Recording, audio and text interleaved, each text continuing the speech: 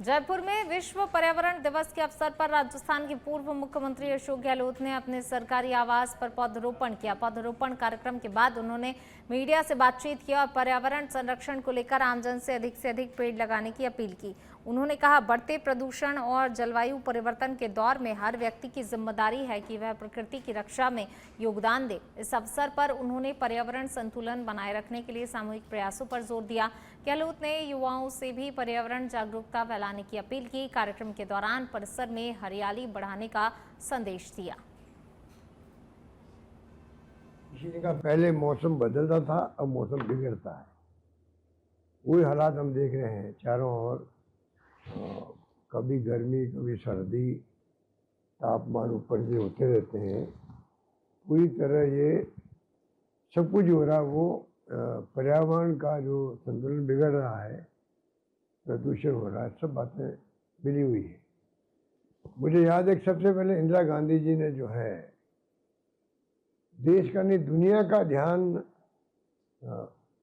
आकर्षित किया था कि किस प्रकार से हमें ध्यान देना चाहिए पर्यावरण पर, प्रदूषण पर। वरना आने वाले ज़माने में ग्लोबल वार्मिंग होगी। और पूरी दुनिया के मुल्कों ने अप्रिशिएट किया था इंदिरा जी के इस आह्वान को। इतनी सोच, दूरदृष्टि थी इंदिरा जी की। आज हम देखते हैं वो स्थिति बन गई है। दुनिया के मुल्कों में तो ग्रीन पार्टी बन गई है। ग्रीन पार्टी बनना, पॉलिटिकल पार्टी के रूप में बनना बड़ी बात है। इसका मतलब वहाँ की राजनीति जो है उसमें एक पार्टी पूरी तरह समर्पित अपना वो कर रही है पर्यावरण प्रदूषण को लेकर, वृक्षारोपण को लेकर के। आपको याद होगा मैंने बहुत पहले कहा था कि पानी बचाओ, बिजली बचाओ, सबको पढ़ाओ।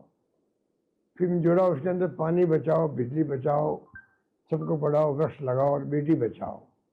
ये पांचों बातें आज भी मौजूद है, बहुत ही आवश्यक है आम जनता के लिए भी। और वृक्षों के अभाव में जो स्थिति बनती है, वृक्ष कटते जा रहे हैं। अभी अंडमान निकोबार का जो राहुल जी ने इश्यू बनाया है, उठाया है, उस पर भारत सरकार को ध्यान देना चाहिए गंभीरता से। बहुत ही राहुल गांधी जी ने जाकर के वहाँ पर पूरी तरह जांच पड़ताल करके, पूरी बात समझ करके उसके बाद में इसको इशू बनाया है। अंडमान निकोबार हमारे मुल्क का सबसे खूबसूरत एक द्वीप है। वो नष्ट हो जाएगा आने वाले वक्त के अंदर।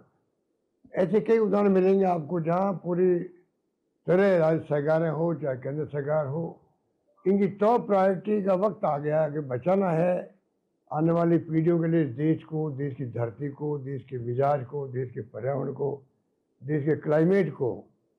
तो हमें उस दिशा में सोचना ही पड़ेगा।